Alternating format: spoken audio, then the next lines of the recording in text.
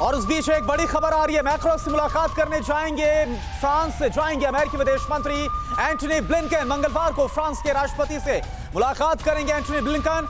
France से पहले रूस के 3 पड़ोसी देश भी जाएंगे ब्लिंकन।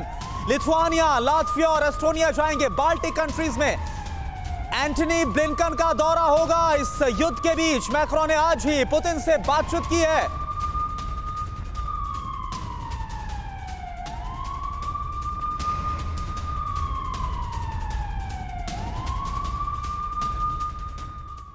तो 11 दिन का युद्ध हो गया है और रूस की आक्रामकता लगातार बढ़ती ही जा रही है। यूक्रेन पर ताबड़तोड़ अटैक किया जा रहा है रूस की तरफ से। बेलारूस से अपना बॉम्बर उड़ा रहा है रूस ने ब्रिटेन को भी सख्त चेतावनी दे दी है। और इन सब के बीच अमेरिका ऐसा समीकरण तैयार कर रहा है जिससे दुनिया विश्व युद्ध की तरफ बहुत तेजी के साथ आगे बढ़ रही है।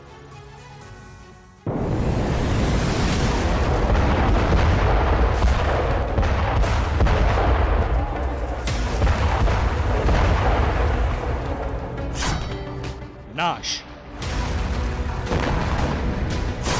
विनाश, विध्वंस, तबाही, बर्बादी। ये सारे शब्द उस दृश्य के लिए छोटे पड़ जाएंगे जिससे आधी दुनिया के साक्षात्कार करने की आहट सुनाई पड़ने लगी है।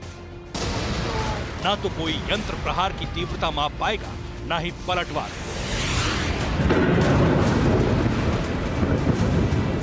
ना तो मौत की गिनती बचेगी, ना ही विनाश का कोई अनुमान, क्योंकि वैश्विक टकराव की घंटी बज चुकी है। रूस यूक्रेन युद्ध के बीच ऐसी डरावनी भविष्यवाणी के बाद सवाल उठने लगे।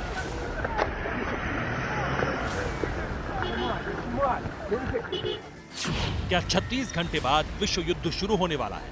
क्या यूक्रेन के बहाने रूस नाटो टकराएंगे? क्या वर्ल्ड वॉर बाइडेन शुरू करवाने वाले हैं? ये खौफनाक सवाल इसलिए क्योंकि रूस यूक्रेन में युद्ध के बीच अमेरिका अब वो करने जा रहा है जिसके खिलाफ पुतिन सख्त बयान दे चुके हैं। अमेरिका अब सीधे यूक्रेन की मदद के लिए तैयार है। जो बाइडेन यूक्रेन को बम वर्षक विमान देने की तैयारी में। अमेरिका पोलैंड के जरिए यूक्रेन को मिग फाइटर जेट्स दिलवाने की कोशिश कर रहा है। दरअसल राष्ट्रपति जेलेंस्की ने पोलैंड से फाइटर जेट्स भेजने की भावुक अपील की थी। यूक्रेन अमेरिकी फाइटर जेट F-16 की बजाय रूस वाला MiG-29 चाहता है, क्योंकि मिग फाइटर जेट उड़ाने के लिए थोड़ी ट्रेनिंग की जरूरत है, लेकिन अमेरिकी F-16 उड़ाने के लिए जानकारी उनके पास नहीं है। अमेरिका अब उन तरीकों की जांच कर रहा है जिनसे यूक्रेन को और सैन्य सहायता प्रदान करने में मदद मिल सकती है। अमेरिका पोलैंड के साथ एक समझौता करने जा रहा है जिसके तहत पोलैंड के लड़ाकू जेट विमानों को यूक्रेन में युद्ध लड़ने के लिए भेजा जाएगा। इस सौदे के तहत यूक्रेन में पोलैंड की तरफ से 28 MiG-29 युद्धक विमानों को भेजा जाएगा और इन फाइटर जेट्स के सहारे यूक्रेनी एयरफोर्स रूस की वायुसेना से मुकाबला करेगी। अगर ऐसा हुआ तो विश्व युद्ध तय मानिए, क्योंकि पुतिन ने साफ सरल शब्दों में चेताते हुए कहा था, अगर किसी देश ने यूक्रेन को हथियार देकर मदद की तो वो होगा जिसके बारे में किसी ने सोचा भी नहीं।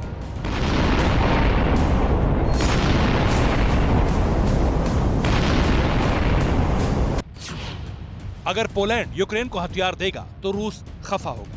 रूसी राष्ट्रपति पोलैंड के खिलाफ हमले का आदेश देते हैं तो फिर उसे सीधे तौर पर नाटो पर हमला माना जाएगा, क्योंकि पोलैंड नाटो का सदस्य है और अगर नाटो इस युद्ध में शामिल होता है तो इसका मतलब विश्व युद्ध होगा।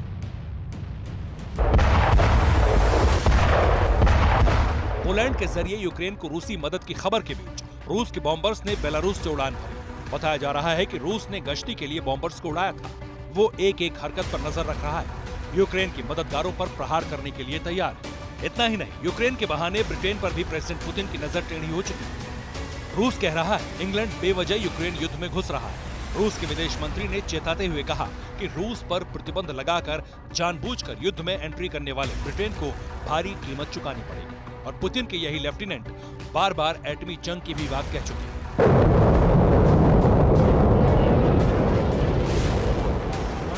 जाहिर है लकीर खींच चुकी है। आधी दुनिया 2 हिस्सों में बंटकर धीरे धीरे गोलबंद हो रही है। अगर विश्व युद्ध शुरू हुआ तो यकीन मानिए ऐसी वैश्विक तबाही आएगी जिसका असर कई पुश्तों तक किश्तों में दिखेगा। ऐसी ऐसी मिसाइलें गिरेंगी जो धरती फाड़ प्रहार करेंगी। 20वीं और 21वीं सदी की सारी विध्वंसक माथापच्ची हकीकत में बदल जाएगी और हालात उसी तरफ संकेत दे रहे हैं। Bureau report TV9 Bharatvarsh. परवाह देश की, सोमवार से शुक्रवार रात 10 बजे TV9 भारतवर्ष पर।